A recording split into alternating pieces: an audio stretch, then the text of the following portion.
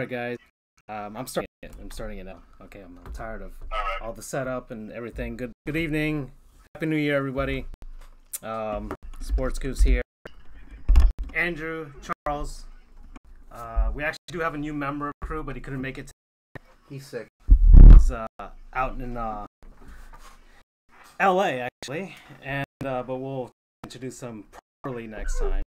And then, of course, Doug is somewhere out in the sports world. We're going to figure out where he is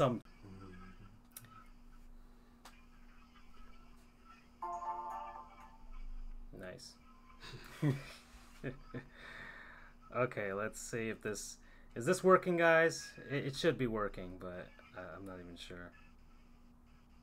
It might be a connection problem, because I've been having connection issues here, but... How long?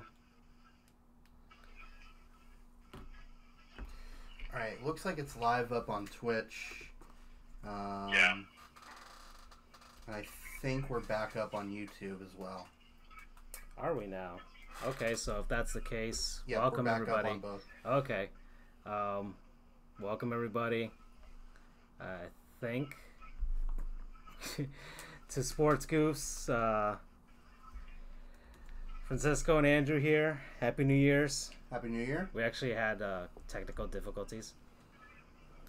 Yeah, so we have a lot of topics on for tonight. NBA, NHL games. NFL, a lot of news, a ton of news. Super metric ton of news from the end of the regular season. Mm-hmm. And thank God the Jaguars and Dolphins season is over. Mm-hmm. And unfortunately, the Titans season is over for Charles, and this is the second time we're actually saying this. So we're reopening the wound that was already opened. Yeah, but he did congratulate the Colts, and actually the Colts hit on a bunch of their draft picks. It kind of led their resurgence, if you will, under Captain Andrew Luck and his regiment. Mm-hmm. Regiment. Or regiment. Yeah, Sorry. yeah, exactly. Regiment is something else. Yeah. Regiment.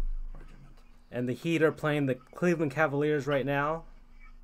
That's the game I'm watching for the NBA, and then later on is the Thunder versus the Lakers, and then NHL is the Avalanche and Sharks are the games that I'm watching.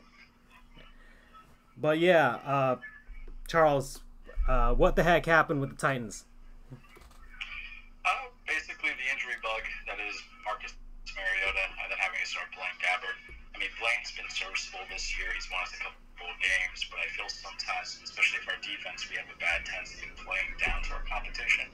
And we have to kind of squeak away wins, and we're squeaking away wins with Mariota at the helm, and he's not there. So I think sometimes the whole team gets kind of bummed out when they're not seeing their electric, their electric, dynamic offensive leader there for them, and we're just kind of like stuck there saying, all right, what happened? I mean, we gave the Colts some fits. I knew Luck threw that pick six, so I felt like rude, but we've been kind of bad offensively throughout the year. I think Matt LaFleur, if he doesn't get hired by somebody else as a coach or an OC elsewhere, has to definitely really understand his talent. I don't think he understands his talent.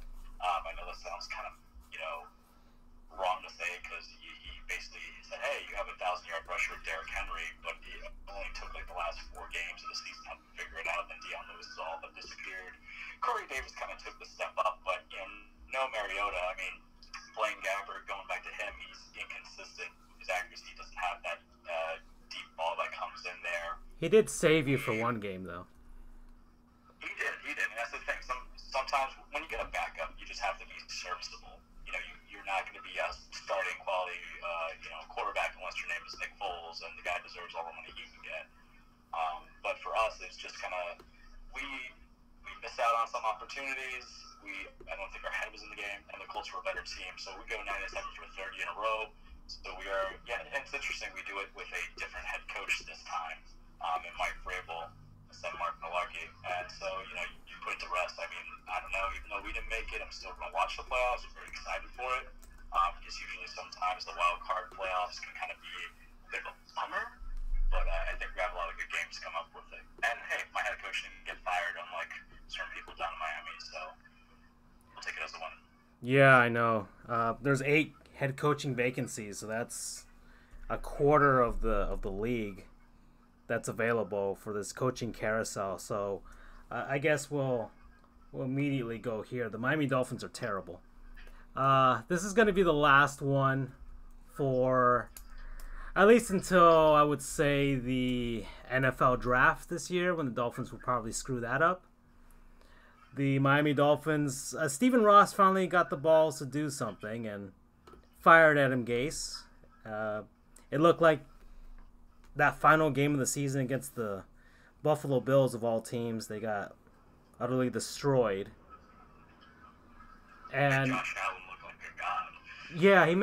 yeah, they made Josh Allen look like a god, and that's just the it's just terrible. It's just really terrible. We finally got to a point where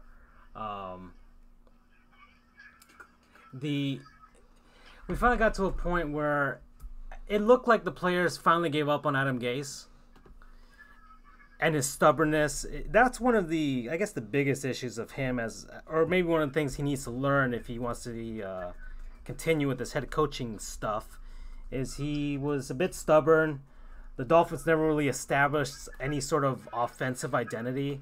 I know he was, quote unquote, the quarterback guru, or this offensive guru, which honestly we didn't really get to see much in Miami. Maybe one or two trick plays. The Wildcat they would throw out every once in a while.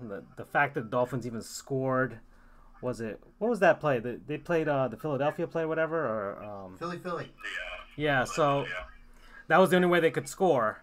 So, it's pretty bad when they have to do that just to score. Usually you don't throw that out until, like, I don't know, you're messing around with the other team. But, gosh, Adam Gase is finally gone, and Stephen Ross has some things to really think about, because he, in his announcement, said that this might take 3 or 4 seasons just to get it all back together. And I know he's like 78 years old, and he wishes he didn't have to do that. But, all of the mistakes that they made previously led up to this. So here we are. I don't know who would take this head coaching gig, because you're essentially telling the guy who's coming in, you have no real control over the roster, and we might actually want to suck the next couple of seasons, just so we could have a franchise quarterback, or do a season-long tank bowl. I've been calling for it for many years now. A season-long tank bowl? And now maybe the Dolphins might have the gumption to do it. Ooh, nice word. So here's to the tank, everybody. Tank in 2019. That's what was it. What's the hashtag the Dolphins should do for this season, this upcoming? Who should they go after? I mean, they need a QB, but Here for Greer. So that's the Arizona Cardinals won the tank this season, this past 2018 season. So congratulations to them. Good job, Cardinals. You guys have finally sunk as low as the Phoenix Suns. So, ouch. Everything's going really well out there in Arizona for their sports. I mean, I thought it was bad here, but they've got the Phoenix Suns, the Arizona Coyotes, and the Arizona Cardinals, and even the Diamondbacks fell apart last season. So, well, you know what this means? We need to make tank tops for the NFL teams. Oh no, that actually is kind of my hope now, is that we could do this every season for every sport. The problem though is it doesn't work as well, because NBA jerseys are basically glorified tank tops. Yeah, I know. Football jerseys are not tank tops, but I think we should still call them tank tops.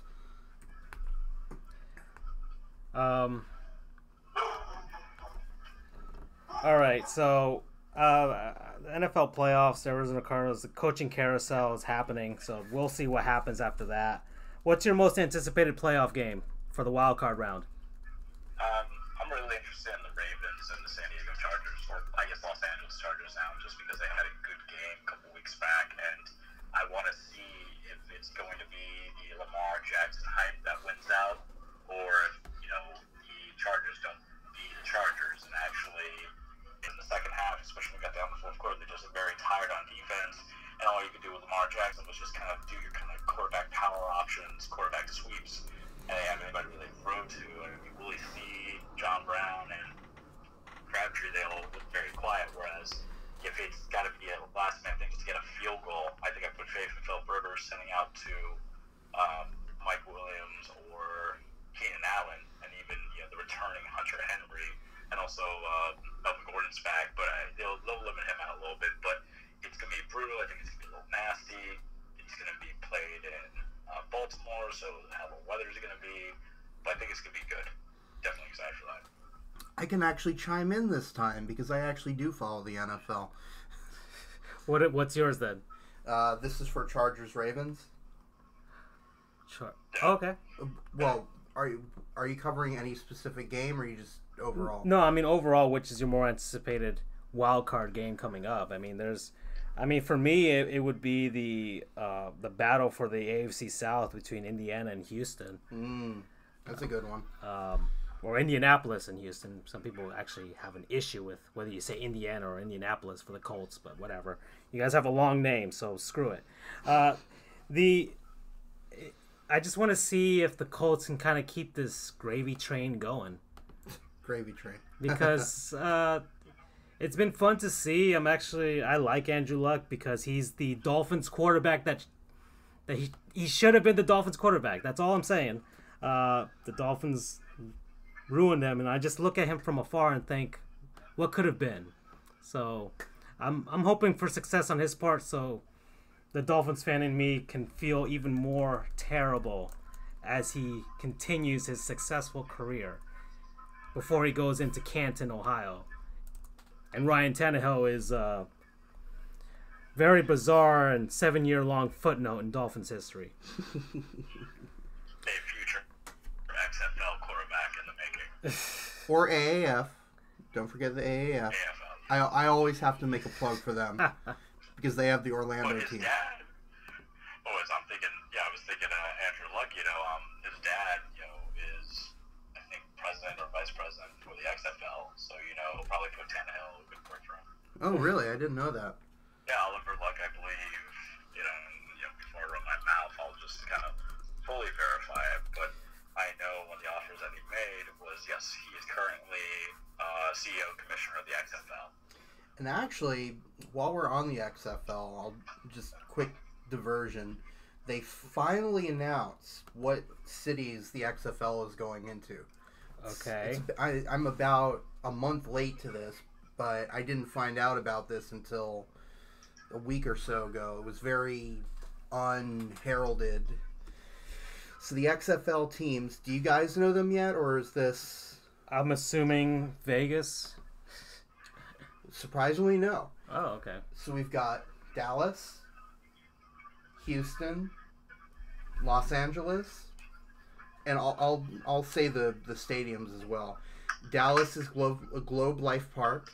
So but they start in 2020, so that means the Rangers will be out by then.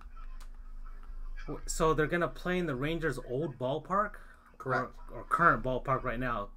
So by then it'll be their old ballpark. So it'll be like a Turner Field kind of situation, I assume. That is strange. Okay. Well, I will say they'll probably have the nicest stadium. I love Globe Life Park. That's something on my bucket list before it closes, is to get out there, because that's such an old time type stadium. So you've got Dallas. Houston is going to play in TDECU Stadium, which is where the Houston Cougars football plays. Okay. Los Angeles will be at StubHub Center. That's such a rough decision right there, because they can't even get people to go see their two professional teams. Yeah, that's. I mean, people don't want to see the Chargers, and the Chargers are actually a good team this season. What makes them think that they're going to watch the XFL? I don't know.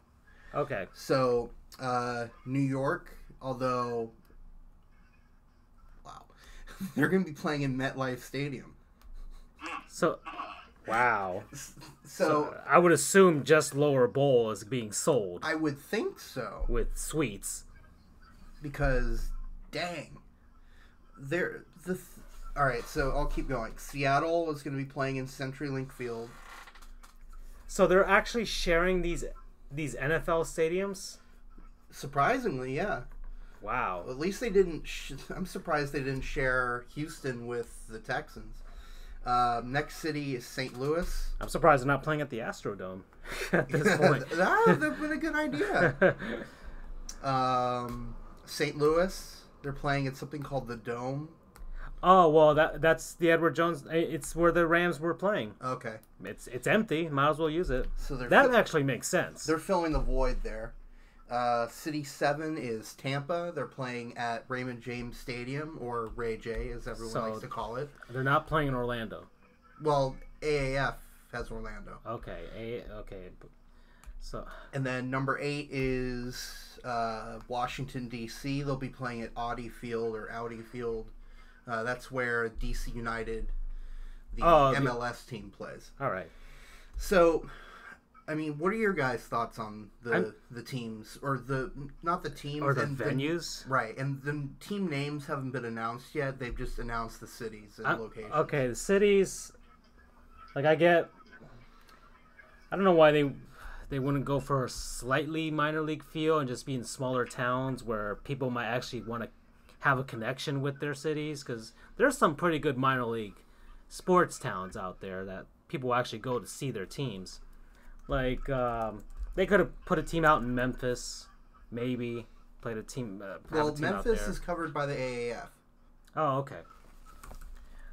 I'm sorry to burst your bubble on I think one. Venues, MLS parks, and college football stadiums, or at least older college football stadiums, is probably the way it should have gone. I mean, I can't see them having much of an audience unless they're really gonna make this like a freak show type of thing, like basically, or making it the WWE, literally the WWE of football, where maybe they're not actual competitive games in the sense of professional football, but kind of like professional wrestling, where they kind of make it a soap opera for men, but for football.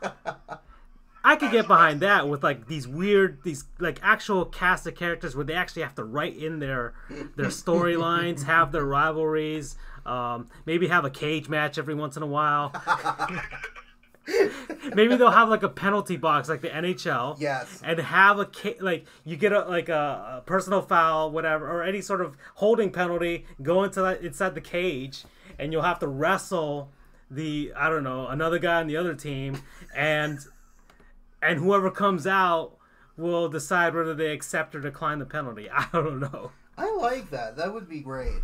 Unfortunately, Vince McMahon is trying to be professional about this, so no more scantily clad cheerleaders, anything like that. He wants to play it above board, I suppose.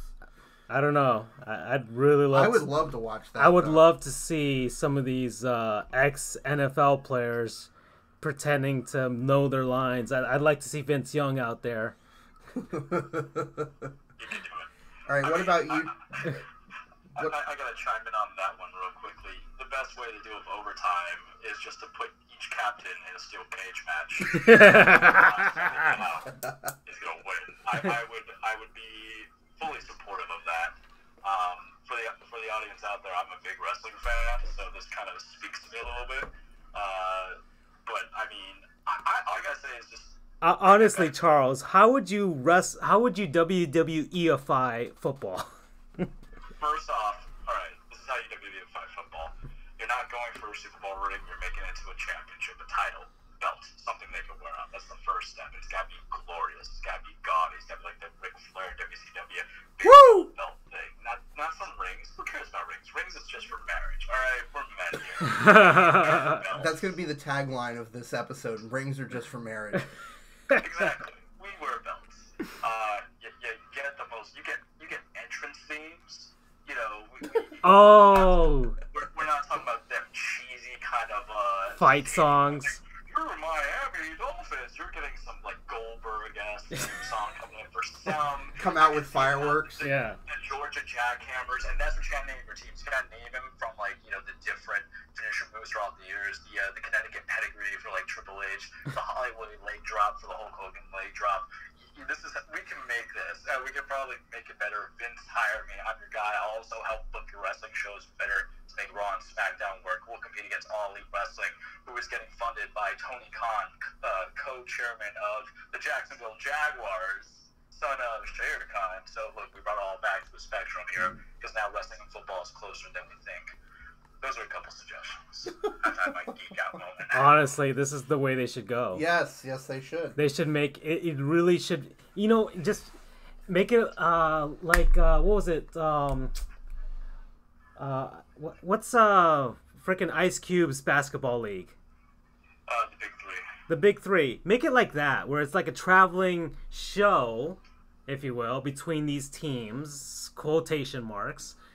And just have it at these different venues. Like, maybe just have it following the WWE shows. Oh, Monday Night Raw is at the BB&T Center this week. And hey, if you're in town, check out the Miami Marauders versus the Los Angeles Conquistadors at the Boca Raton Stadium. As looks like Vince Young is angry at EJ Manuel for stealing his cheerleader girlfriend. I don't know. Let's see if they can settle out in the octagon-ish football field. Have a different shaped football field if you want. You could do something like NFL Street where it's high sides. Oh, so you could jump off the wall to make these catches. I could see that for so literally put the field next to the wall. It would work at that. Have you ever seen NFL Street? Yeah, for like PS2 and like Xbox and GameCube. It's pretty much anything is game. You can jump off and catch things. Like that would be great. I would love that.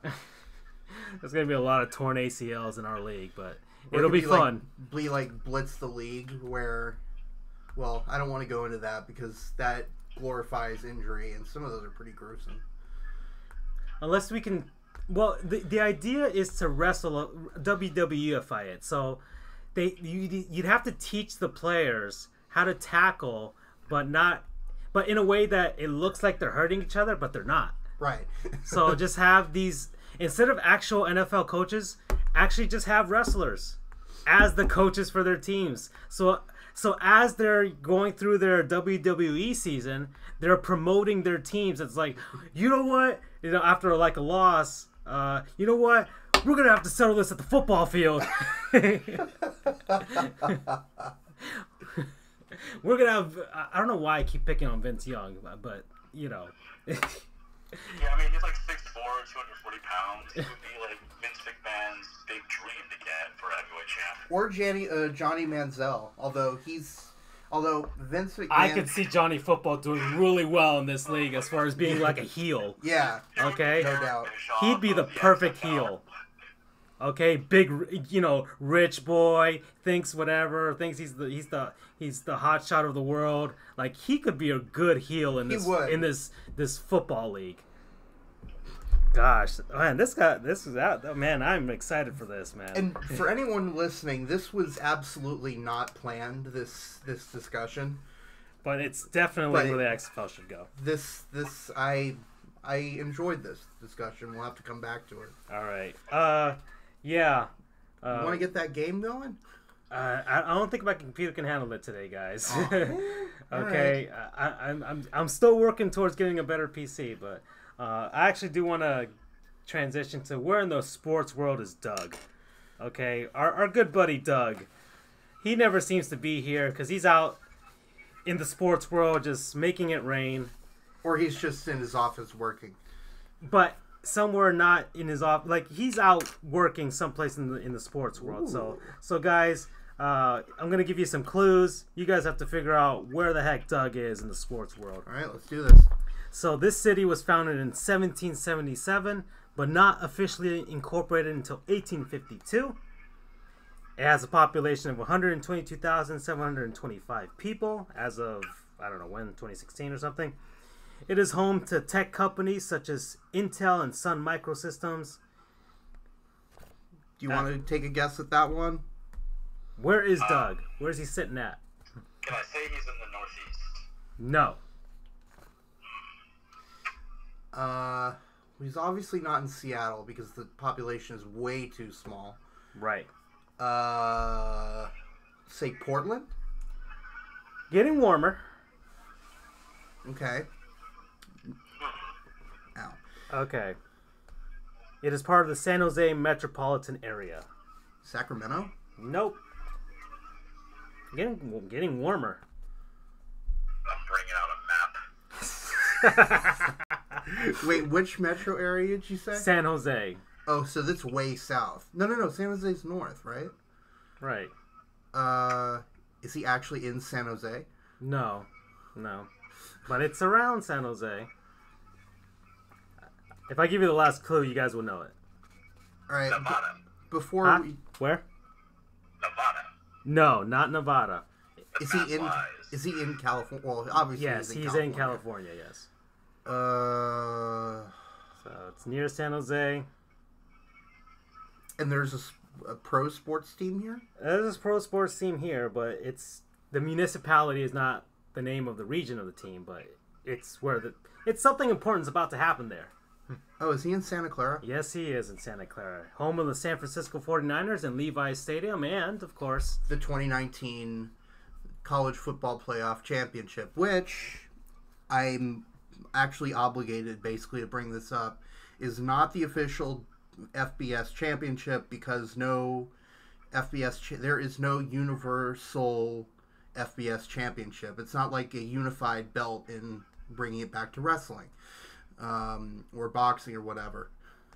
Okay. Sorry.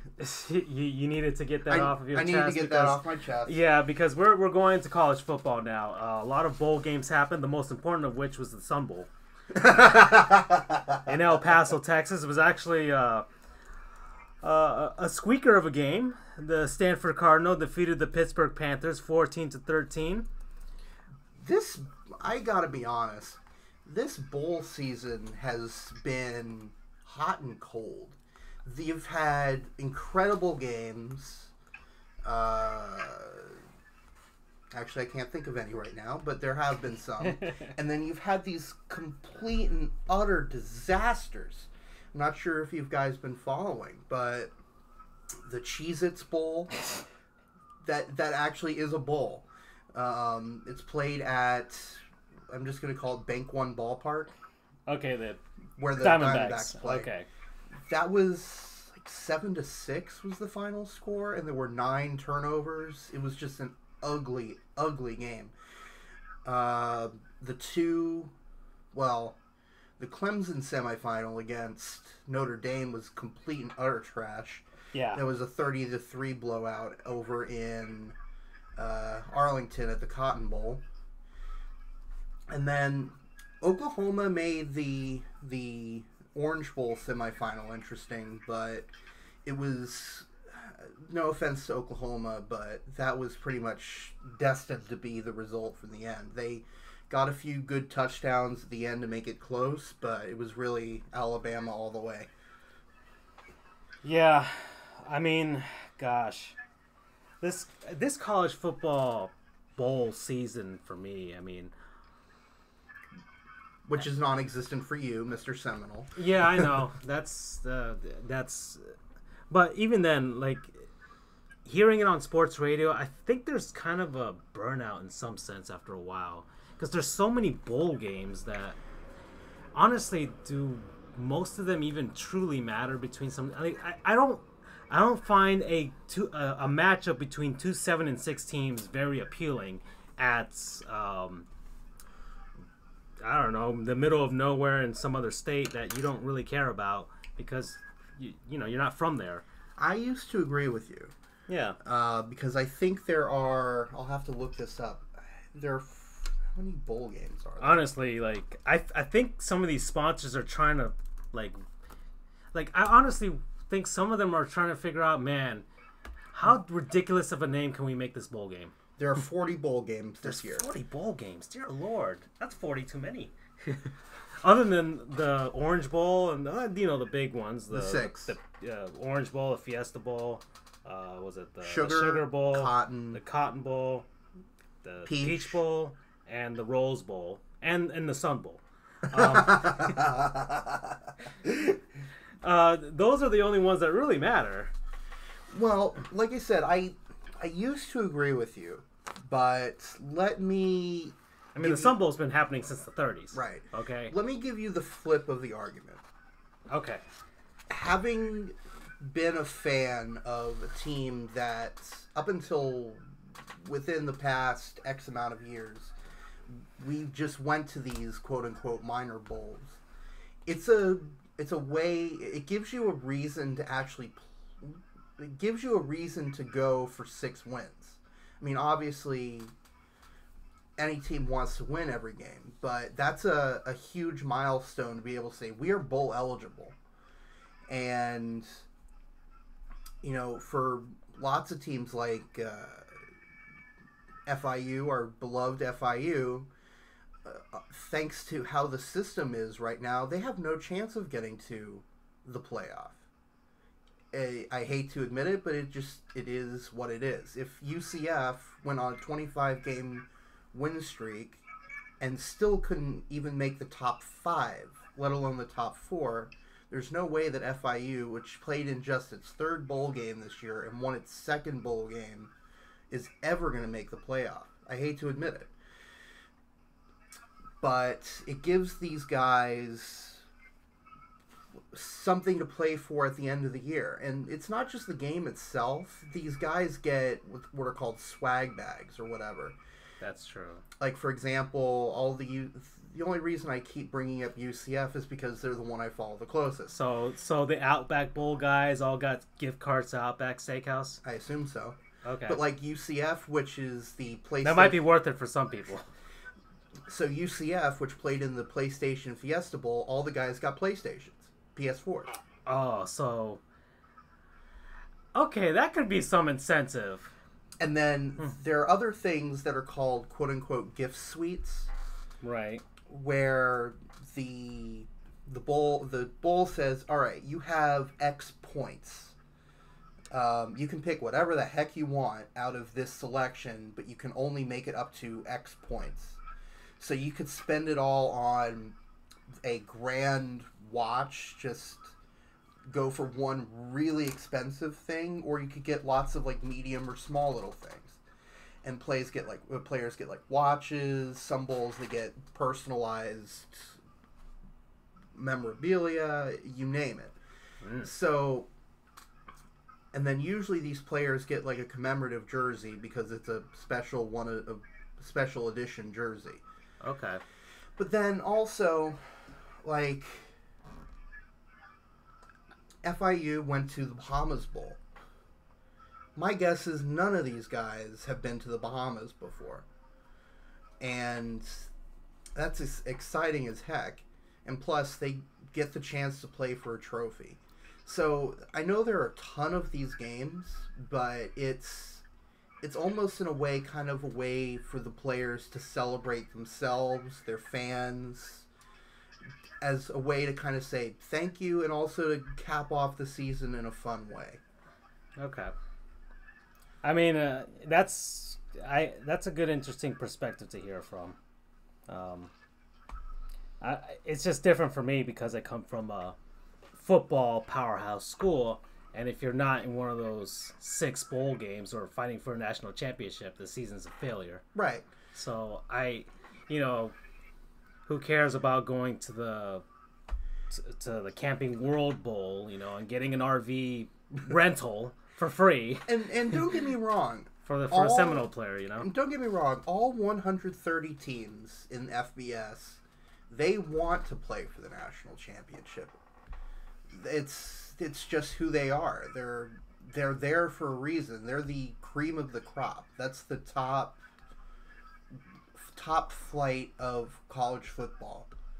So they all would love to play for the national championship, but unfortunately, at this point, only 4 teams can. So for 126 teams, it's something else that they can look forward to at the end of the year. Yeah. What do you think, Charles? I mean, I'm not bothered by it. It is a lot, but I'm going to look at it from a entertainment viewing aspect as a fan. It's good to kind of put on notice certain guys who are getting drafted, right? If you're big into football, but you don't like the college football setting where you're just kind of a, not a mainstay, but just a casual viewer, put you in like a viewing of some guys. The games can be entertaining. It's hot and cold this year, but partly that's just because some guys just kind of proverbially poop the bed, after a long season, and then they get there, and it also depends on what I find college football, and you don't see this a lot in the professionals. There's a lot of schools that you hate, and you take joy in seeing them lose. So, like, for example, Michigan versus Florida. I know people who are very confounded because they don't like Florida Gators, so they want Michigan to win, but they don't like Harbaugh and the Michigan Wolverines, so, like, what do we do? I find that to be entertaining, and by the way, kind of called that where Michigan lost or pooped the bed proverbially, but I'll keep that to myself for now. But it's just for the entertainment aspect. There are a lot of bowls, they're ridiculous, but for the players, as Andrew said, hey, it's going to help them out for us. It's all about that money, it's that revenue, it's that stream of what the big TV guys can get, and just for the viewers, because let's be fair, sometimes when we have weekends, there's nothing on for people to put something on background noise, and then, we're very much in excess for a lot of sports today, where everything has to be a highlight. So, if you're going to have 40 games, that means you have a possibility of 40 highlights to come in. Whether you have the whole AutoZone Bowl Nation thing going on, or the Walmart Bowl, or the Chick-fil-A Bowl, some people might like it. Wonder if there's anybody who's actually sitting there is like, man, I really do love McDonald's. So I'm going to watch this McDonald's Bowl and see if I can win myself a Big Mac. Thinking about it this way, I think that's how I can explain it to you. From the pros and the NFL to now. My Tennessee Titans went 9-7. We don't have the feel-good sensation of just being, hey, you're above 500, here's a cookie. This is a good way, just for, because at the end of the day, they're young players, they're kids, and I can say that because I'm a little bit older. They get the glorification of being above 500 or 500. It'll change once they hit the pros or the XFL and AAF, but let them have it. Let them have their moment. Okay. And then also bear in mind, for like 99.9% of players, I don't know what the percentage is, these guys aren't going to be going pro. This is it. This is the end of the line for them. Very true. So this is, I know some people say, ooh, it's a participation trophy. I think it's more than that, personally. Because you still have to play for it, and even if you don't, you're still getting something out of it. Plus, the conferences get huge payouts, depending on the bowl. So it is benefiting somebody. Okay. Even when you have announced quotation mark crowds of 45K and empty seat pics on Twitter is showing just swaths of empty seats where it looks like a Marlins game, more poking fun at myself for you guys. Okay, so that's college football talk. I wanted to get into some quick hockey talk here. NHL's had their Winter Classic. Yesterday on New Year's Day between the Boston Bruins. Sorry, I almost said Celtics. And the Chicago Blackhawks at the Notre Dame Stadium, and they actually put on more of a show than Notre Dame themselves for that game. I hope there are some Notre Dame fans watching. I'd love to get their reaction to that. That's a huge burn. Oh, they sucked. Okay. Yeah, they sucked. Okay, there's like when the Broncos faced the Seahawks in the Super Bowl, they sucked that one. That's Peyton Manning as a Hall of Famer. So yeah. Okay, the Notre Dame Fighting Irish embarrassed themselves in front of national audience. Okay, like they had people saying, man, should we have Notre Dame in these games anymore? Because they've sucked in them since 2000. Here's a fun fact. UCF has won more BCS and New Year's Six games than Notre Dame has. Again, I apologize. I keep bringing up UCF and all this trivia stuff, but I've been a UCF fan since 2010, and I live, breathe UCF, so I know all this fun stuff. But Notre Dame just sucks. Like they sucked in their last national championship against the Crimson Tide. Against the Crimson Tide. Like they've been embarrassing to the point where people are like, man, maybe they should join the rest of the ACC and actually play for something instead of, at least they would have gotten their embarrassment out of the way against Clemson beforehand. Right. And we could have seen, I don't know, Ohio State or somebody playing them. I think UCF would have had a better shot or at scoring it. Even if you guys got embarrassed for it, okay, at the very least, you guys played for it, and okay, we took our shot. And we would have scored more than 3 points. I'm sorry. You would have scored. We would have scored more than 3 points. Sheesh. They scored a field goal. At least get a safety. At least make it interesting. Gosh. That's just complete and utter decimation. Man. I don't I know Notre Dame is a blue blood, a historic team going back to the 1900s. All the more reason for us to make fun of them. But this isn't the 80s anymore, where they were winning national championships. If the New York Yankees, sorry Charles, but if the New York Yankees, and he'd admit to it, I know you'd admit to it, if the New York Yankees went to the World Series and lost in a sweep, and were just utterly destroyed in all 4 games, you'd say, yeah, that was terrible, right? Yeah.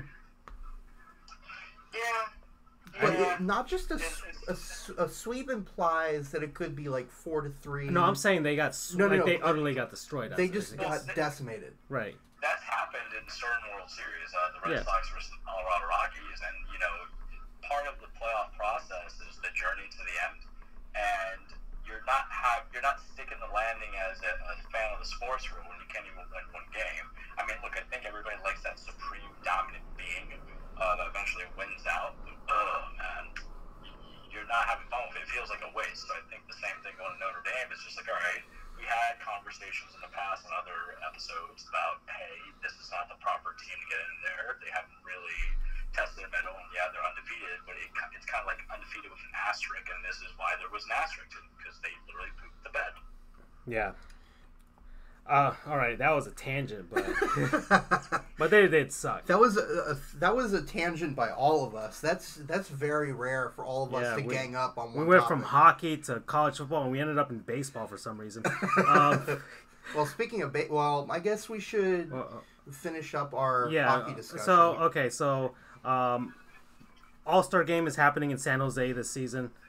4 captains have been selected for the little round-robin tournament that they have between the divisions. Which I like, by the way. I think that was cool.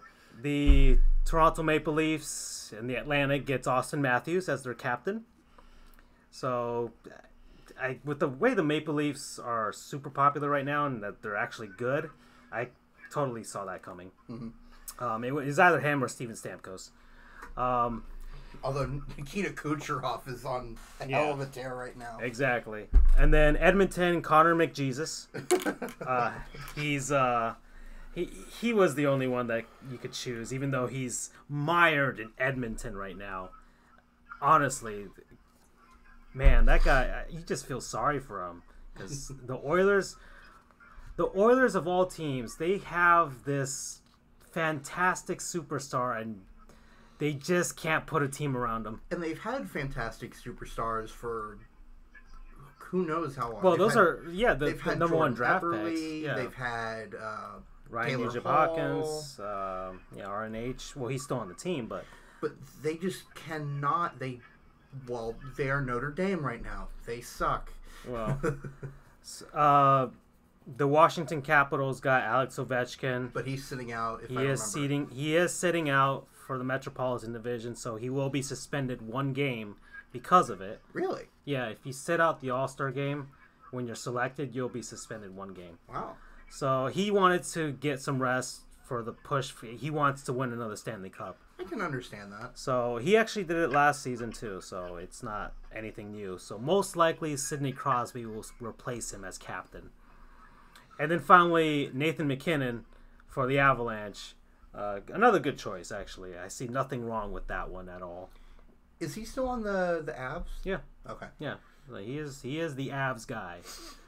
Then finally, NHL, because of the Winter Classic, they usually announce all of their future cities for their big events next season. So next season, the All-Star Game will be hosted in St. Louis. Ooh. So the Blues, I think it might be their first time hosting it. Well, but luckily I'm the researcher. so good on the Blues, even though they're kind of like the Panthers, where they just can't seem to get it together this season. But they've got Tarasenko and a good fan base, so they'll do pretty well in St. Louis for that game. The Winter Classic, this is the big surprise. Mm-hmm. The Winter Classic will be hosted at the Cotton Bowl in Dallas by the Stars. That's going to be big because the Cotton Bowl has a very large capacity. Yeah. This is the big surprise. So far, all of the Winter Classics have been in northern cities and northern areas. This is the first one that will be hosted in the South, south of the Mason-Dixon line. It is the Dallas Stars, who have been one of the model Southern franchises in the NHL since they moved from Minnesota. They've got a Stanley Cup championship.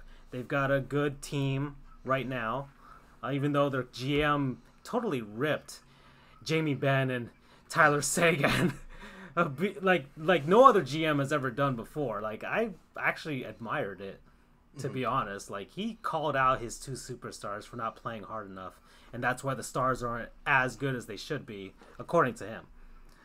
Or it might have been the team president. I don't think it was the GM. But Dallas, it finally, I guess, hopefully people show up to this. Hopefully Dallas really does put on a show, because it would validate the southern markets in the NHL. It would open up maybe Tampa as a future host for this thing.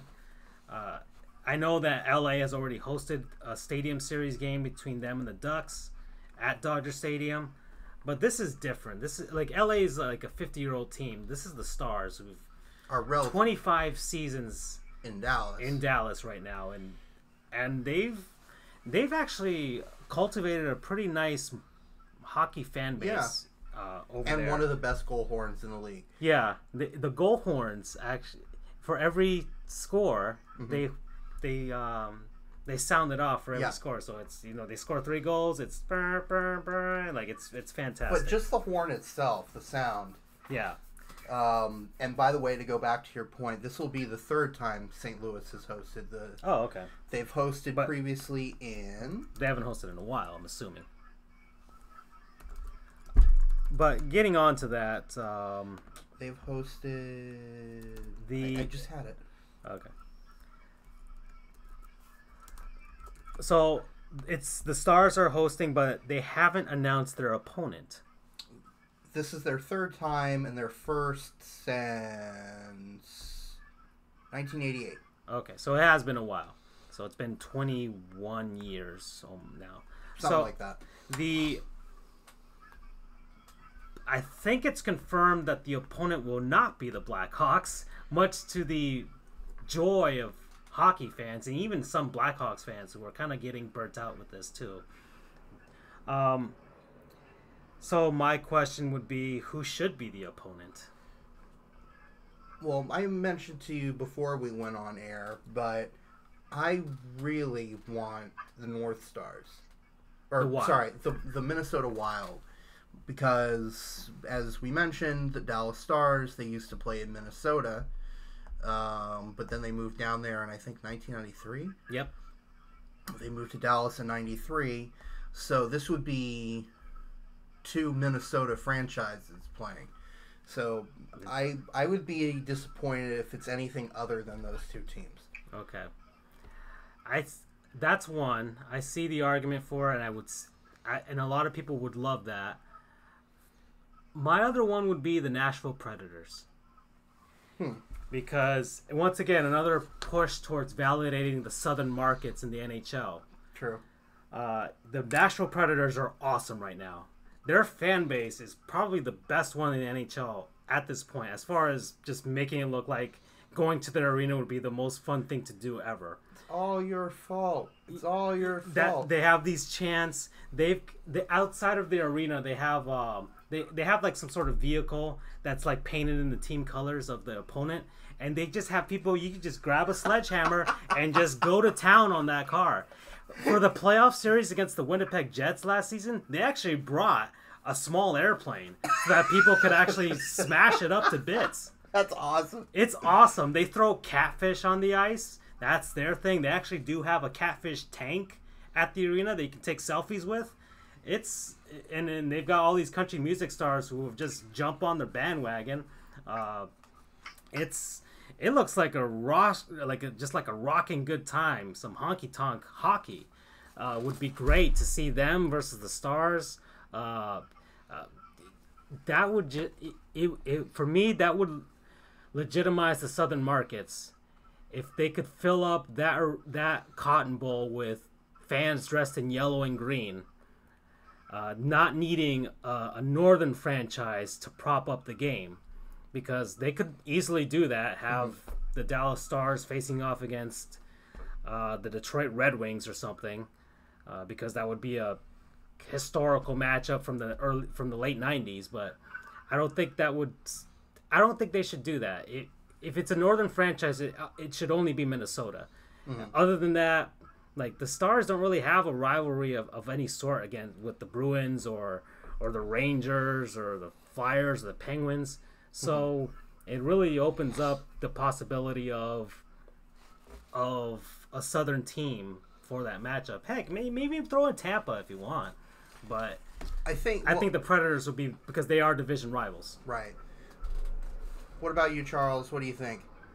I'm in for Nashville, just because you sold me on the whole catfish thing. But you talked about it earlier, Francisco. You got to make a market push, and the southern markets have been, for lack of a better word, dry. If you have a winning team, the idea they can carry over. If they have star brand, star name, look, it's a small state in Tennessee, small market Nashville, but they're trying to at least get sports in there with Memphis Grizzlies. And then, you have the Tennessee Titans, obviously, so there's a little bit biases for me. Come to Tennessee, it's fun. You can have fun with it. It would be refreshing for hockey. All-star games, we talked about before we went on air, from you, Francisco, that at least fans will be there, enjoy it, and probably sit through all the periods, as opposed to going to the Pro Bowl for the NFL, All-Star games in baseball and basketball, where people are just there for the first half, and they're like, all right, we're out because no one's taking it seriously. I think the worst All-Star game is the NBA All-Star game. That's the worst of them all. Maybe the Pro Bowl.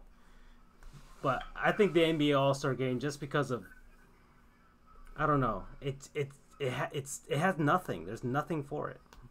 Yeah, I mean, if you can get me to see, if you can treat this All-Star game like an exhibition where it kind of matters a little bit. You know what we should do? We should get Vince McMahon in there. It's WWEFI our All-Star games. And he'll tell him, listen, rings don't matter here. Fat boys don't matter. Earn your keep. Okay. All right. Then they announced the Heritage Classic, which is the Canadian outdoor game that happens every 2 seasons, is happening in a city that does not have an NHL franchise for the first time in this series. It'll be between the Winnipeg Jets and the Calgary Flames, and it will be played at the home of the Saskatchewan Roughriders of the Canadian Football League. So it'll be in Regina, Saskatchewan. And no, he actually is pronouncing that correctly. Yeah, it's not Regina, it's Regina. And that's an interesting thing. And a lot of people have noticed that it is actually the Battle of Atlanta. True. Because it is the Calgary Flames and the Winnipeg Jets, who used to be the Atlanta Flames and the Atlanta Thrashers, respectively. So I wonder if that went into their thinking. I'm sure it did. I think it's just a very, very fun coincidence. I don't think they really did think that through. And then But some people are saying maybe they should wear their throwbacks for both teams. Yeah, that would be awesome. The Flames in the flaming A and those powder blue Thrashers jerseys for the Jets. And then finally, the more interesting, I guess the most interesting of all of these is the Colorado Avalanche will face, well, they don't know the opponent, but they will be playing at the U.S. Air Force Academy in Colorado Springs, home of the Falcons.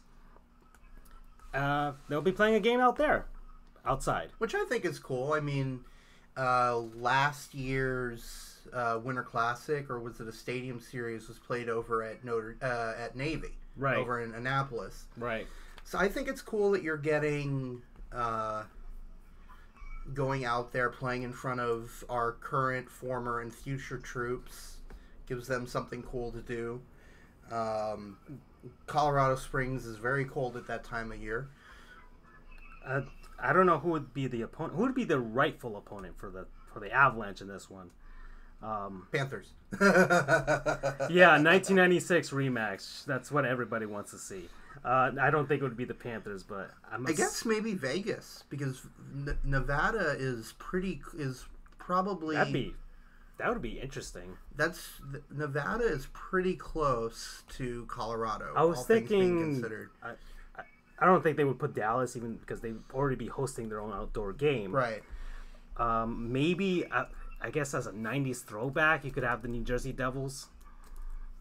Just as a rematch of that 2001 Stanley Cup. And then you could have... And then there's always the you could have them wear the Rockies jerseys. Yeah. New Jersey used to be the Colorado That's Rockies. right. The Devils used to be the Rockies.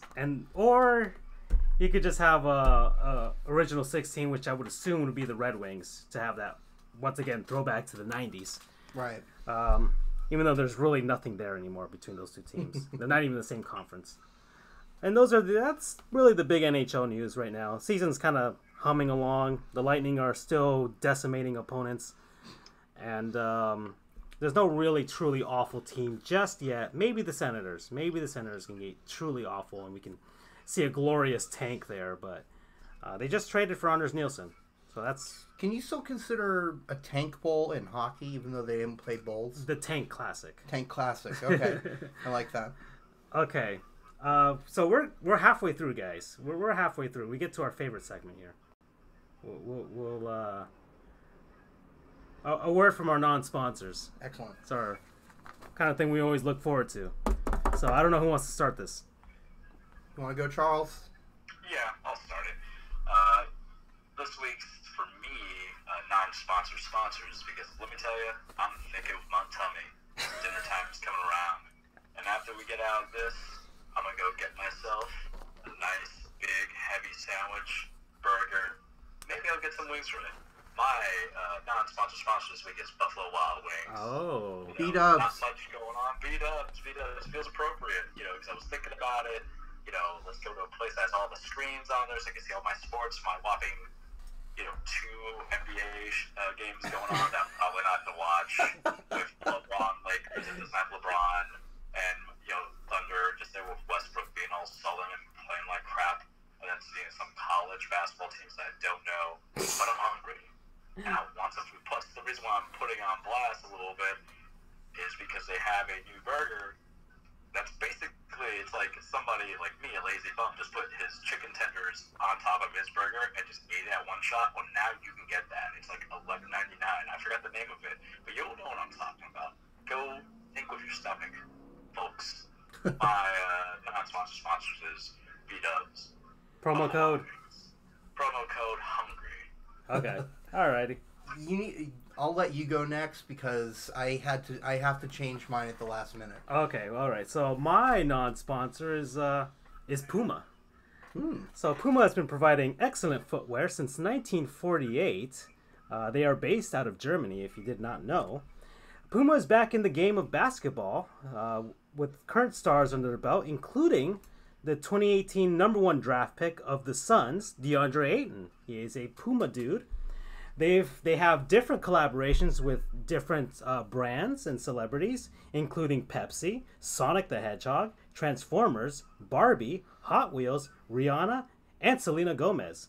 I recently got some Puma shoes for Christmas, and Puma has been my brand for actually years now. As you can see, the panther seems to be my spirit animal. So Puma is kind of the I don't know. I just kind of gravitate towards them. They're really comfortable. I like all the different styles that they have. I have several different Puma shoes in different colors. They actually do match my caps, my hats, as Andrew and Charles know. I love the dude always matches. I love color coordinating myself. I was probably I stuck out like a sore thumb in law school because of it. Well, that in a way actually made me notice you, because I always notice, hey, the dude's always color matching. I always accessorize with my shirts and my sleeves, my pants, my shorts, my socks, my laces, my shoes, my hats. Heck, if I had earrings and sunglasses, I would have done that too. But Puma is just my go-to footwear when it comes to either for running or even just for walking around. They got sandals. They sell hats. They sell shirts. They sell all kinds of sports apparel. And you know what? I've been wanting those shoes that I got for Christmas for quite a while. They're the ones that Selena Gomez wears, and I like feeling like Selena Gomez every once in a while. You know, I like feeling pretty. Okay, so if you want to feel pretty, you get some Pumas. All right. And fun fact: did you know that Puma and Adidas were once the same company? I did know that. They are they were founded by brothers, and the brothers actually had a spat. They split the companies. Puma on one side, Adidas on the other. They're both headquartered in the same place in Germany, and both brothers went to the graves hating each other. So, a nice thing to think about in this new year. The promo code is "Take It to Your Grave." Take it to your grave. All right. Oh, that's tough. The one that I just thought of, you've already covered. Bummer. Nintendo. What the heck? I'll be more specific, and I'll go with Super Smash Brothers. Actually, we did play it That's weeks exactly ago. why. I played Super Smash Brothers for, I don't want to say the first time, but really the first kind of extended period of time ever. Was it 2 weeks ago now? Yeah. And even though it was on these very tiny little controllers. Yeah, Charles, side note, everybody, I forgot my other Wii U, not Switch controller, and Andrew and I had the, I guess, unfortunate occurrence of playing with the Joy-Con on its side, which is a very, very small space to use for a controller, but somehow it worked. And that was an absolute blast. I had so much fun with that, and I'm very mad at myself that I didn't get into it earlier. Although I never owned, well, I owned a SNES way back in the day, but no Nintendo consoles since then. But that was a heck of a lot of fun, and I'm hoping that he'll bring his controllers next time so we can actually play. I do have my Switch here, so Right. I take it everywhere. So that was a lot of fun. So my non-sponsor of the week is, and not to mention that there are so many little Easter eggs in that thing. I was genuinely surprised. He actually got an assist trophy during one of our matches, and it was one of the Nintendogs. So you just see this toy poodle pop out in the middle of the screen, and he's actually blocking your view, but you're not really angry at it because it's a cute toy poodle. And he just started bursting out laughing. So just a ton of references. He loved Pac-Man. All the like arcade references. He's like, holy crap, that's Galaga. And that hammer was really helpful as well. Yeah, the hammer from Donkey Kong. So yep, to Nintendo and Super Smash Brothers. That's my non-sponsor of the week, and promo code is Pleasant Surprise. Okay. Alrighty. That was alright. So we've got Puma, Super Smash Brothers again. That's our first repeat non-sponsor. Well, that one So thank you, Sakurai. Yep. You are a god to us. We shall not ask you for anything ever again. And Buffalo Wild Wings. You know what? Let's go to Buffalo Wild Wings with our Puma shoes and hook up Super Smash Brothers to their 40 TVs. We should do a live show from B-Dubs at some point. Actually, I'm not against it. yeah. All right, so wanted to get into one of our, I guess, we haven't talked baseball in a while, mainly because it's the off season. But there was a big, significant trade that did happen between the Los Angeles Dodgers and Cincinnati Reds, a 7-player deal. The LA Dodgers got Homer Bailey, Jeter Downs, who I'm surprised Derek Jeter didn't trade for him because his name is Jeter, and Josiah Gray, while the Cincinnati Reds got Yasiel Puig, Matt Kemp, Alex Wood, Kyle Farmer, and $7 million. So, guys, what do you think? Who won, lost, or maybe they both lost this trade? I don't know. Well, I guess I'll start since I haven't. Well, I guess I've started a little bit, but I'll go anyway. What the heck? I think the Reds won this one. I mean, I know that Homer Bailey is a heck of a player. He's a pitcher, right? Charles. Yes. Yeah. That's He what I had a thought. down year, but he was a highly sought guy after some time. Wow, I just realized the irony of his name. I know he's a heck of a pitcher, and I think he instantly makes the Dodgers much better from a pitching standpoint because they need even more better pitch and even more good pitchers. I'm being sarcastic in case anyone couldn't tell, but I think ultimately the Reds went out in this one because you've got the human right arm cannon that is Yasiel Puig. You've got Matt Kemp. Who are the other two? Matt Kemp, Yasiel Puig, Alex Wood, and Kyle Farmer, and $7 million. Well, I think just by getting Kemp and Puig, I think it tips it in their favor. That's just me though, because those are two really good players. Although Kemp is on the decline, although he has his moments, but I think getting Puig is good. And well, now that I think about it, this is actually a lot more even than I thought it was. That's what I was. I mean, for me, the Reds, they improved, but I don't know. It might only be marginally. I don't know if it's enough to overtake the Chicago Cubs or the Milwaukee Brewers, but barring some massive growth from their youth, however, they at least have some veteran presence, Matt Kemp and Yasiel Puig, which may help them in taking that next step in their rebuild. Right. That might be the biggest thing for the Reds, is that they're trying to maybe even legitimize their city and be like, look, maybe we can attract free agents or have some of our younger guys stay here and show that, we're making a push towards getting this back on track towards contention in their division, because they're in the Central Division, the National League Central, and the Pirates had a surprisingly good season. The Cardinals are still in that mix, always trying to find a way to to keep themselves competitive. The Brewers broke out finally, and of course the Cubs have been the cream of the crop for quite a bit. So the Reds have just kind of been the punching bag as they've tanked and are going through a lot of really tough growing pains for their rebuild.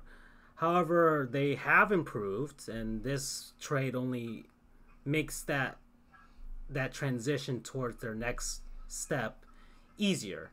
As far as the Dodgers are concerned, I don't know if it makes much of a difference. Homer Bailey does, but as far as the pitching is concerned, and obviously this is the Dodgers freeing up cap space. They've already freed up right field now for Bryce Harper, and that's probably why this move was made.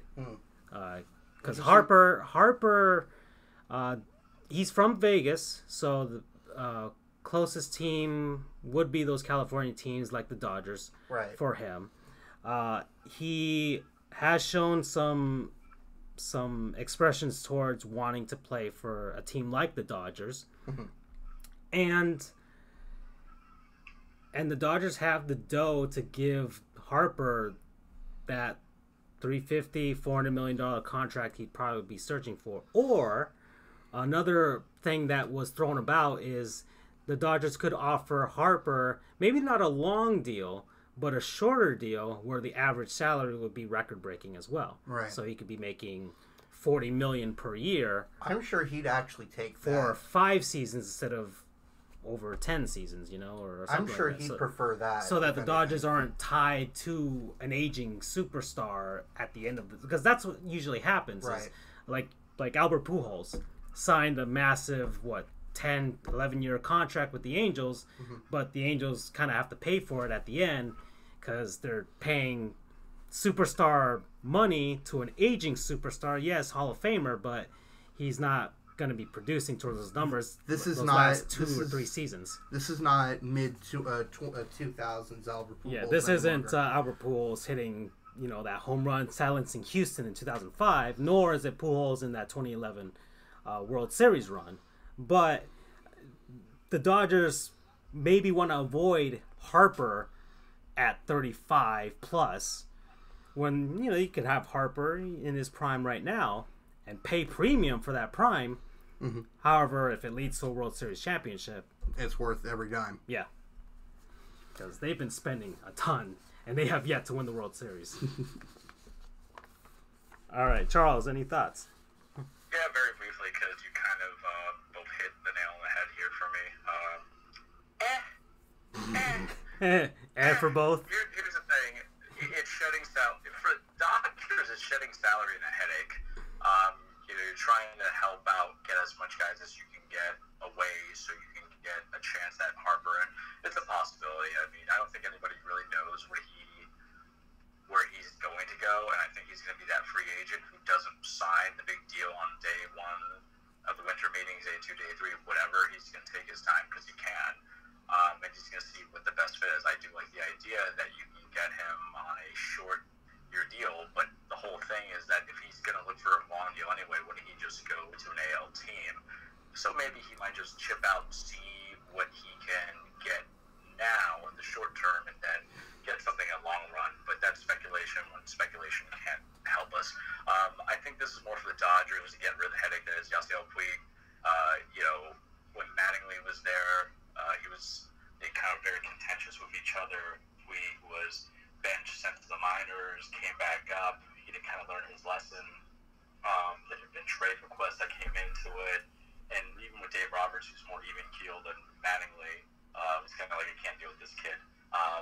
And he didn't really kind of show up in the postseason that much anyway, so what's the idea of I'm going to invest in you to be my guy, Mr. All-Star, Mr. Rookie of the Year, Mr. MVP quality guy, and you can't show up. And then Matt Kemp, here's the thing about Matt Kemp. They had him before, and they traded him away.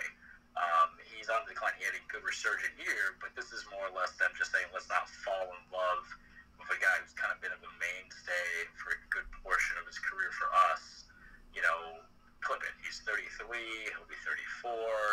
His on-base percentage is kind of there. His batting average is nice. But let him go to the Reds. And for the Reds, I mean, they've always kind of gone downhill since they got rid of Dusty Baker, because when you get rid of a competent manager and you implode the team. As competent as you can get for Dusty Baker. Yeah. I mean, hey, look, in baseball, it's very true that teams will stay in the bottom of that cellar for a long time. So sometimes, being a team that gets to back-to-back-to-back playoffs, enjoy it, because now, since he's kind of ruined the day, right? I mean, they got rid of Cueto, shifted him around a little bit, they implode. So I don't think it's going to kind of wet the whistle of fans in Cincinnati that, hey, we got Yasiel Puig, we know he's a headache, but he has potential, because we love potential, right? But maybe it's a step in the right direction. It's just that whole division stacked, man. I mean, the Brewers, the Cubs, the Cardinals. The Cardinals are only going to get better because they got a couple free agents. The Pirates are going to try, and they're Cincinnati. Be like, all right, from 67-95, what's the best scenario that we're going to get? And it's probably of all this, 75 wins?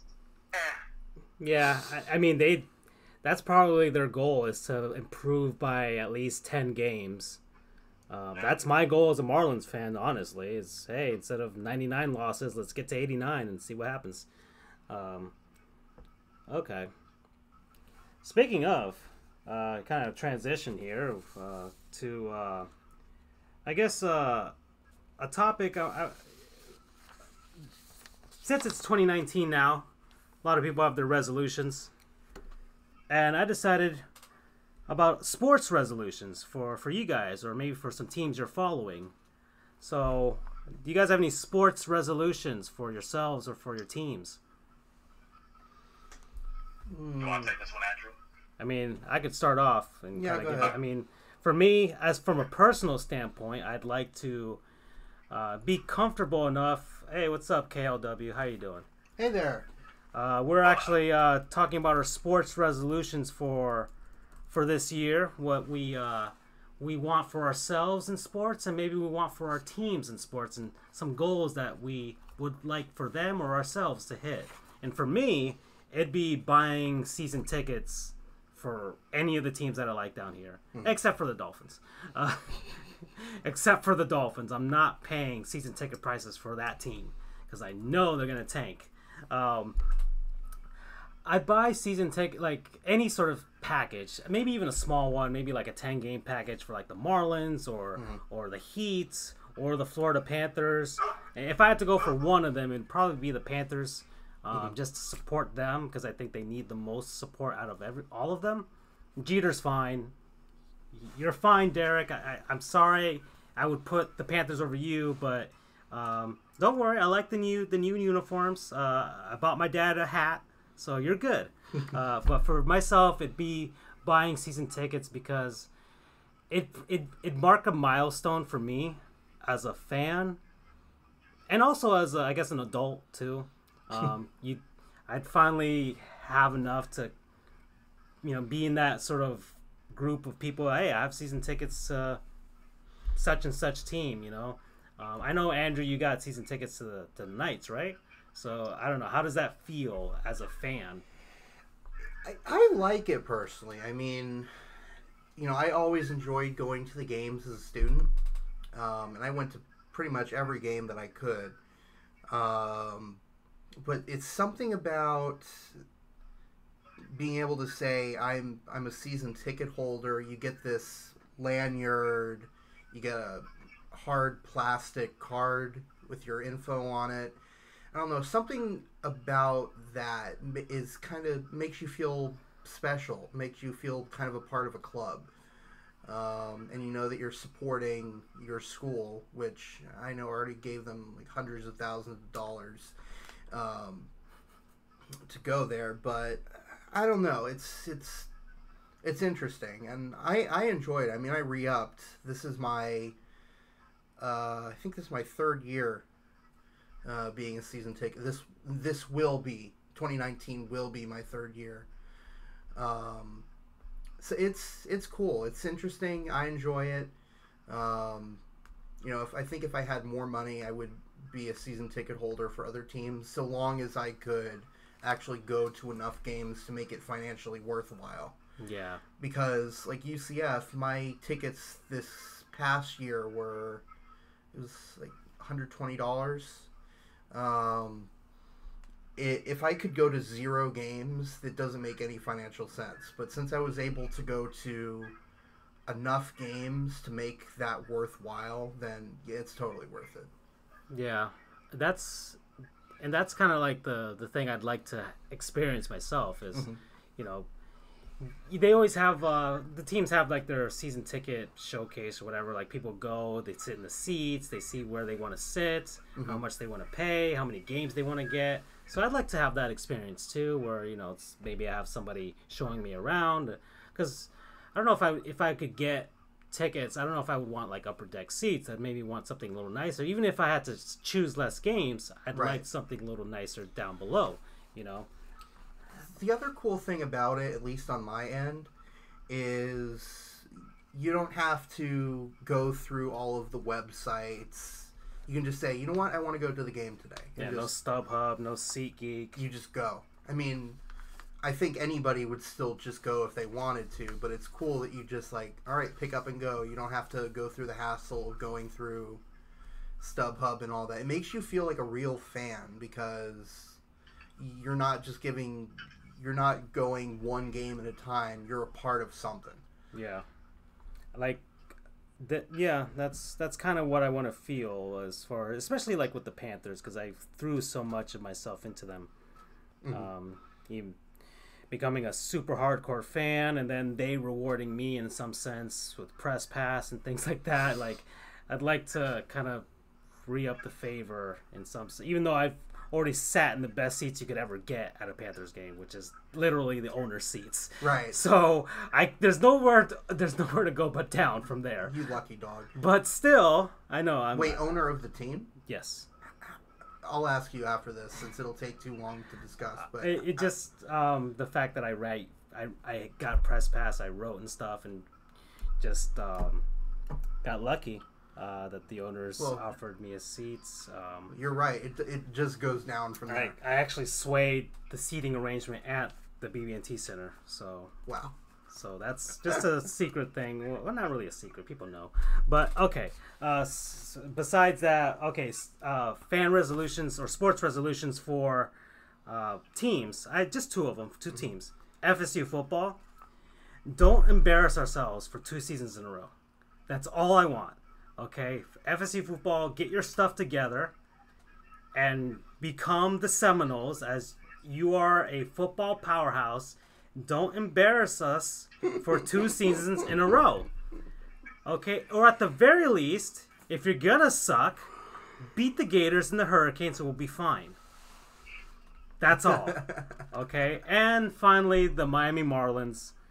Derek Jeter, please, I don't care how you do it, within this year, find your future anchor superstar. I don't care if you have to trade for him, you have to draft them, you sign them through free agency, you get them through indentured servitude, whatever it takes, get your superstar this year and start building around them, because, man, the Marlins need somebody. They need a beacon, a guy that you can look to and say, that's our guy. He's going to be here. That's our Chris Bryant. Mm-hmm. That's our Jock Peterson. That's our guy. All right, that's me. All right, how about you, Charles? Mine's pretty simple. Buy modern sports memorabilia or stuff. Swag, anything. I mean, I have a couple of hats, and my Tennessee Titans hat is about 8 years old, 9 years old. I feel like it's time for a change.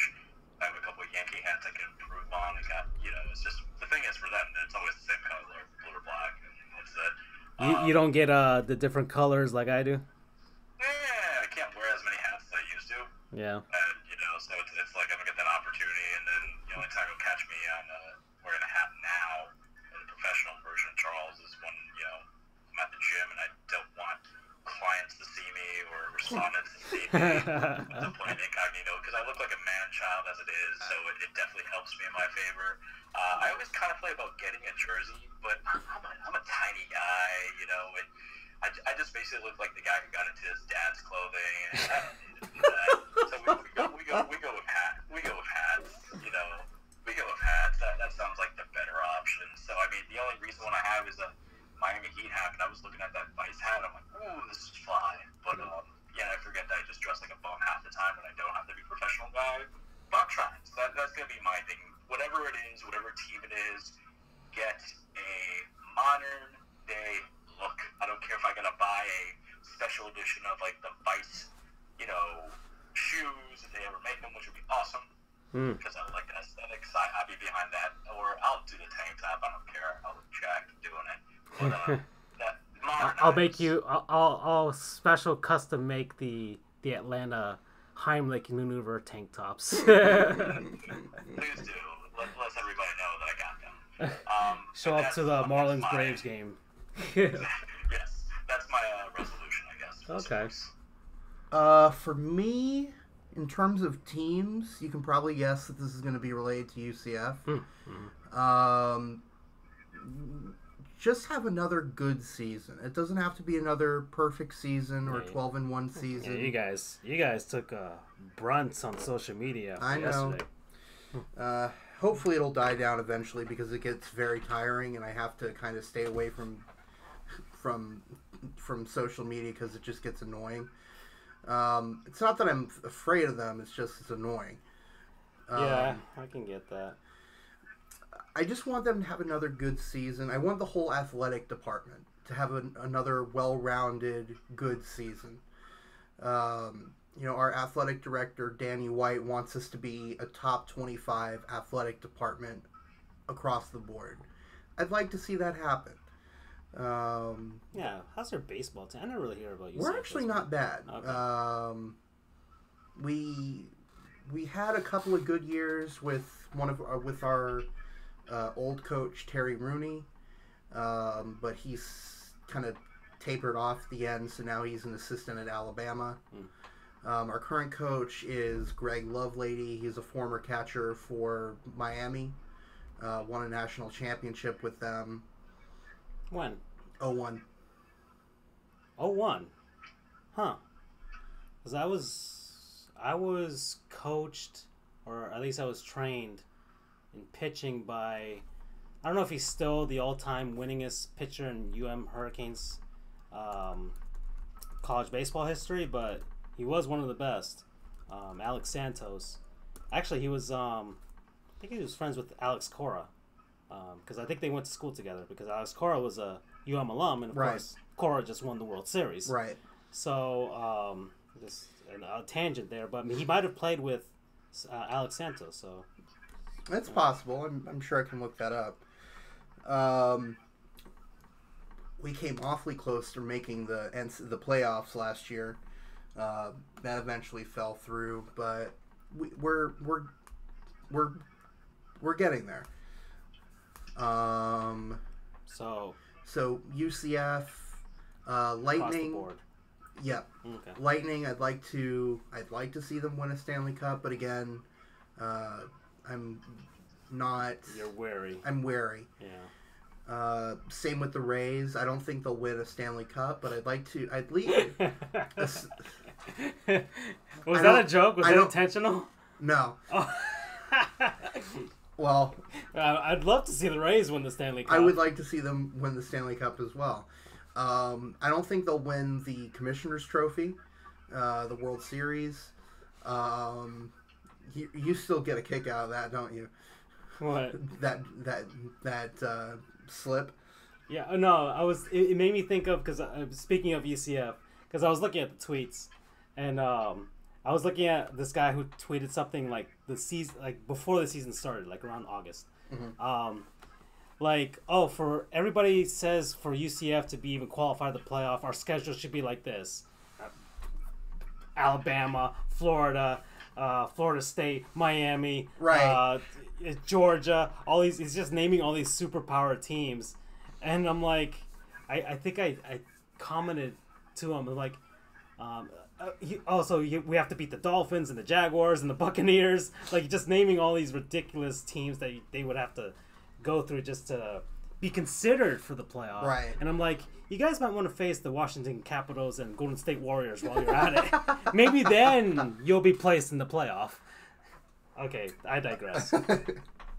Okay, so good season by the Rays, especially since they won 90 games. We had a great season this year. No one will mention that because we didn't make the playoffs. But we did have a very good year. I mean... It's tough to win 90 games. I mean, but that American League...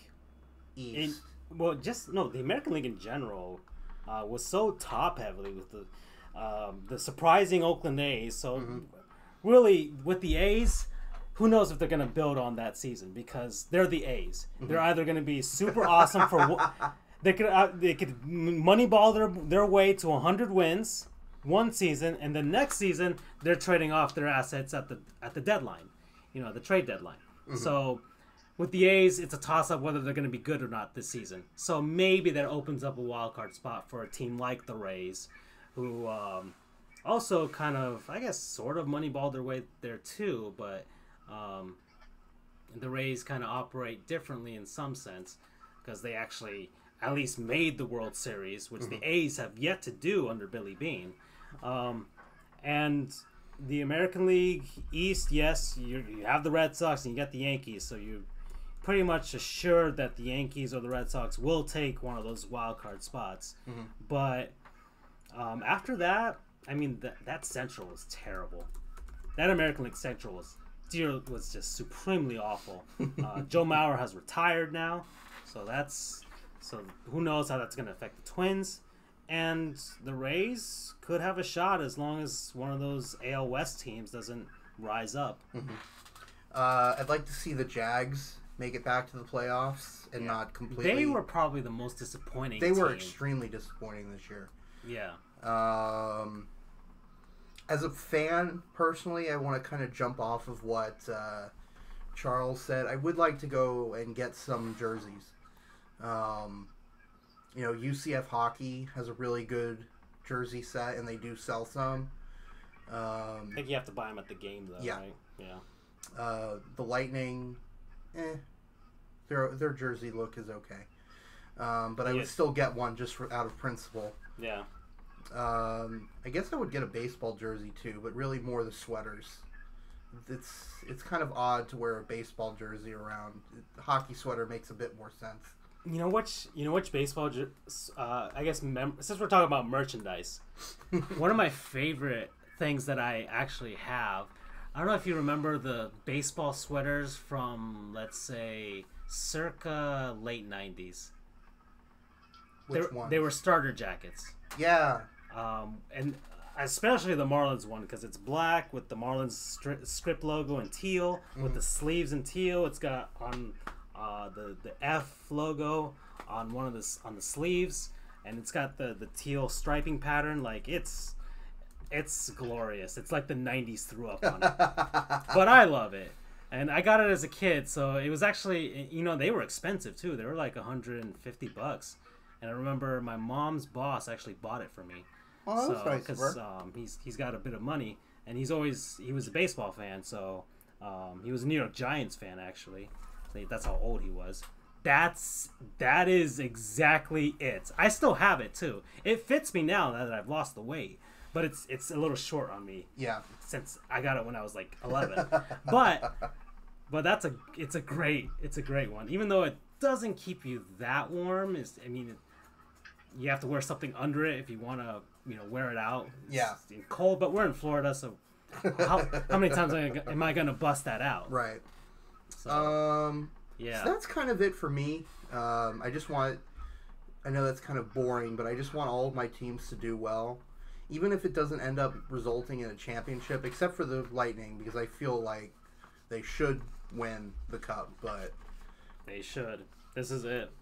Like this or next year. If they don't win, this or next year. If they don't win this one, especially with how awesome they are right now, it's really like people are really, especially for Stamkos, gonna be basically what happened to Steve Yzerman. For the longest time, he was known as a choke artist with the Red Wings. Yeah. Like they just never got to it, or like Alex Ovechkin, the same thing. So Stamkos might have that hanging over his head if the Lightning don't find a way to seal the deal. All right. And that's about it. Should we head to another segment? Yeah. Let's see here. I guess we can go to the players we remember to forget. I don't know if you guys have anybody you want to talk about, but I've got a pretty interesting guy in some sense. Yeah, I noticed. So. All right, go ahead. Alrighty. Anybody, Charles, before I start? No, I want to hear your pitch on this. Sometimes you guys, piggyback off of me and start going down the rabbit hole of these guys. Although we are running a little bit low on time. Yeah, I know. That's why I want to get to it. Okay, so my guy is a former NBA player, Antonio McDyess. Don't know if that rings a bell for anybody. No. He played for quite a while. It does? Yeah. Alrighty, good. Alright, so Antonio McDyess. He played for the Denver Nuggets, the Phoenix Suns, the New York Knicks, the Detroit Pistons, and the San Antonio Spurs from 1995 to 2011. He was drafted by the LA Clippers. He went to the University of Alabama, so we got some Alabama reference there since they're going to the national championship game again. He made the 2001 All-Star team for the Western Conference. He won an Olympic gold medal in 2000 in Sydney, Australia. And this is kind of the story that kind of was interesting to me. What stood out for him was so he was traded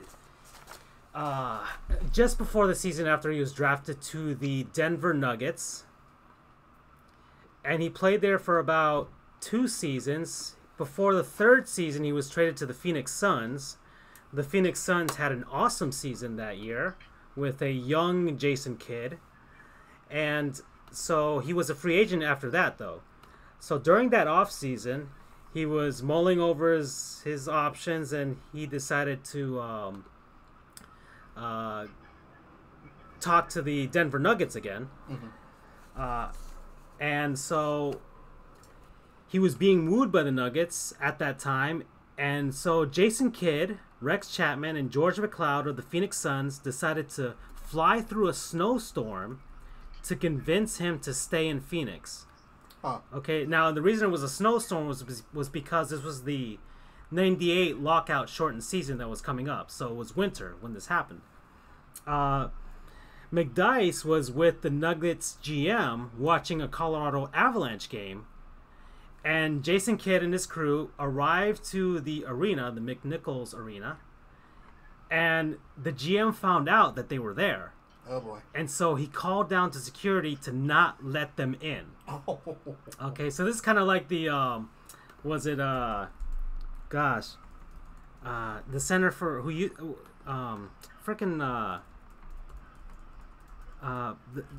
plays for the Mavericks now. Nowitzki? No. The center for the Clippers before. DeAndre Jordan. Gosh darn it, yeah. Well, when DeAndre Jordan was wooed back to the Clippers, it's kind of has that sort of feel. But yeah, he wouldn't let them in to the arena, and thus McDyess signed with the Nuggets again. Funny thing is, then he went on to. He was actually an up-and-coming player until he was injured in around 2002, I believe. I think he had a terrible season with the New York Knicks, but who doesn't have a terrible season with the New York Knicks? And finally, he wasn't the same player after he had like a devastating knee injury. He reinvented himself and went to the Detroit Pistons, and he revived his career as a good 6-man for the Pistons, and then finally ended his career in San Antonio. Never won a championship, unfortunately, but he was a good, solid player for quite a long time. So Antonio McDyess, I don't know what he's doing now. I couldn't find any information as to what he's up to. Maybe he's just enjoying retirement. Maybe he's a low-key type of guy and doesn't want people to know what he's doing. But hopefully he's not in crippling gambling debt. All right, that's it for me. Yeah, I mean, I remember McDyess, and he was a pretty decent player. I mean, he's just a typical bench guy that came in after the injuries, so it was interesting that you mentioned. I'm like, well, he wasn't terrible. But no, he wasn't terrible. Sometimes you get guys in these segments that they just kind of brought back. It's like a trip of nostalgia coming back in for us. Walk down memory lane. Yeah, so that's McDyess. If you guys don't have anybody. Nah, I don't. No, you don't. Okay. Alrighty, so I did that. You want to go to my favorite segment? Oh, yeah. Yes. Because I don't have any Spanish team names, I'll tell you that much. So we can go to your favorite segment. I don't know, you probably have the scoreboard up for... Yep. Okay. So this is our little game that we play. Guess that college team name. There's a ton of college basketball going on, as always. It seems like there's 100 games every day. Mm-hmm. And a lot of those schools, we have no idea where they are from and what their name is, what their colors are. But Andrew most likely does, and thus me and Charles are subjected to torture. Actually, believe it or not, I picked some pretty tough ones this time. I don't even know some of these. It's tough every day for me, so I don't believe you. We do improve little by little. Little by little, we do improve. Okie doke. So that's going to be an interesting tidbit. Anyway, so let's go. We will start with Vermont versus Dartmouth. Vermont. Oh, I know Vermont because of college hockey. The Catamounts. Correct. Very good. That's right. The Catamounts, which is your favorite species of... It's a type of puma. It is an adjective word. It's an adjective name plus a color. No, you're getting into grammar for me. I suck at grammar. So it's kind of, it's not like cardinals. It's like Fighting Irish. So it's a descriptor word. It's a two-name. So is it a people? Is it a people? No, it's an animal. No. Or it's a concept. It's a color. It's a color. Okay. It's a descriptor and a color. The blues? No. Okay. Remember, it's two words. Oh, the angry blues? No. Charles?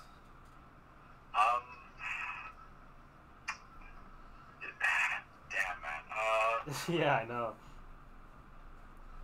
The purple Eaters. purple pillows. Those are the Vikings. You guys, uncle, give up? Yeah, yeah, man. I uncle it. I uncle it so hard right now. The Dartmouth Big Green. The big What? green? So they're a Jolly Rancher flavor?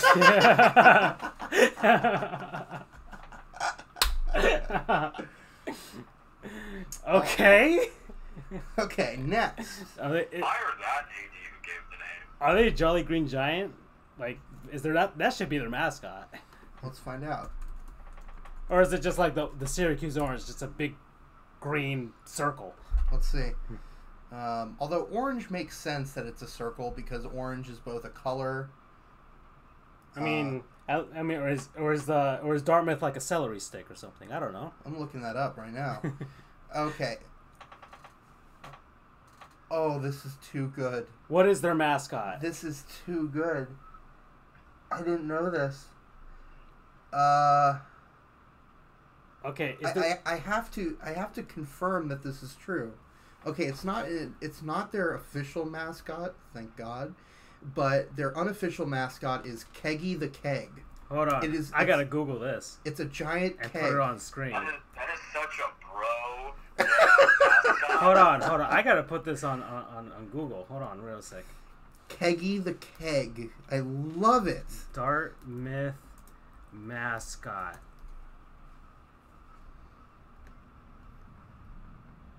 Holy, are you kidding me? Keggy? Keggy the Keg. It's an anthropomorphic Oh boy. It is real. Look, it says official next to this. I need pictures. I'm looking right now. What? I just pulled it up on screen. It looks like something that came out of The Simpsons. Yeah, it looks like the Duff beer mascot or something. No, it's basically a live-action form of Bender from Futurama. And he's just going around every time they win a game. Oh, Dartmouth, Keggy, you're so good. Shut up, baby. I know it. This is great. Can we add him to our non-sponsor of the week? Yeah, Keggy the Keg. You know what? You are doing a great job, dude. Okay, he could be at Buffalo Wild Wings right now. I'm gonna go look for him. Okay, so Keggy the Keg represents the Dartmouth Big Green. He should be in Super Smash Brothers. Really? I'd main him, that's for sure.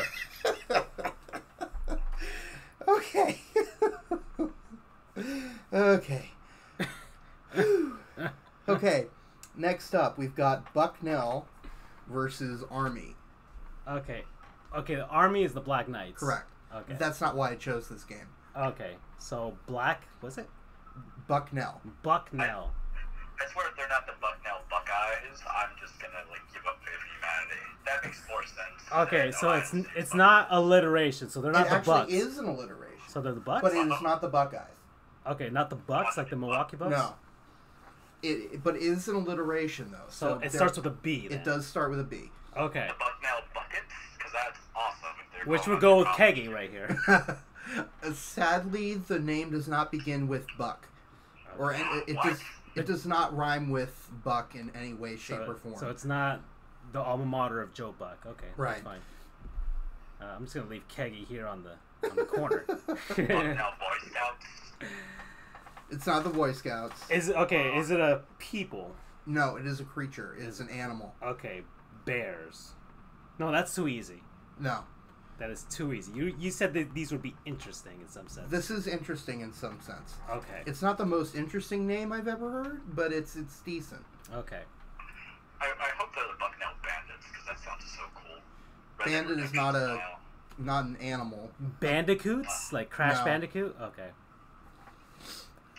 Barracudas. No. Bucknell Bats? It's a land-based animal. Okay, land base. Okay, so... And it is very, or at least used to be, very common in the United States. Particularly in the mountain Midwest. Buffalo? Bucknell Bearcats? Bison. Bison. Okay. Alright, bison. You were getting Missed close. opportunity. Alright, next up is... Speaking of, I'm going to look up his mascot. Next up is Illinois State versus Valpo, or Valparaiso, as it's officially known. Okay. So, Illinois State. another animal. Okay. It's an air-based animal. Okay, so Illinois... By air-based, I mean it flies. Okay, so... Falcon? No. Condor? It's a colored bird. The That tells me nothing. the name has a color in it. Golden Eagles. No. Red Hawks? There's actually a shopping center here in Miami near Coral Gables that has the same name. Wow, Because it's the cross of two major roads. Okay, so it's on Bird Road? Yeah, maybe? Redbirds. Redbirds. Okay. Alright, so... And then the more interesting one, that one was okay. The next one is Valparaiso. Okay, Valparaiso. It's Valparaiso, let's say. It's a human. It's a medieval type human. A crusader. Okay, alright. Right off the bat, it is the Valparaiso Crusaders. I've actually been watching this YouTube channel called Extra History. I've been hearing about crusades and things like that, so maybe I just pop top of my head. So, all right. So last but not least, North Florida, we all know, is the Ospreys. okay, They're taking on an NAIA team, which is a lower level of college sports. right. It's like community college type of stuff. Higher than that. Oh, okay. But, and I didn't even know this school existed. Florida National University. Oh, Florida Nationals. They're like, I think they're in like Hialeah or something. They actually might be close to where I live. But I have seen like at least a building on Actually, the Palmetto. now that I think about it, I have heard of that. Like on the Palmetto. Right. So not to be confused with Florida International University, which is our law school alma mater. Florida National University. National. Another human mascot. Human. Okay.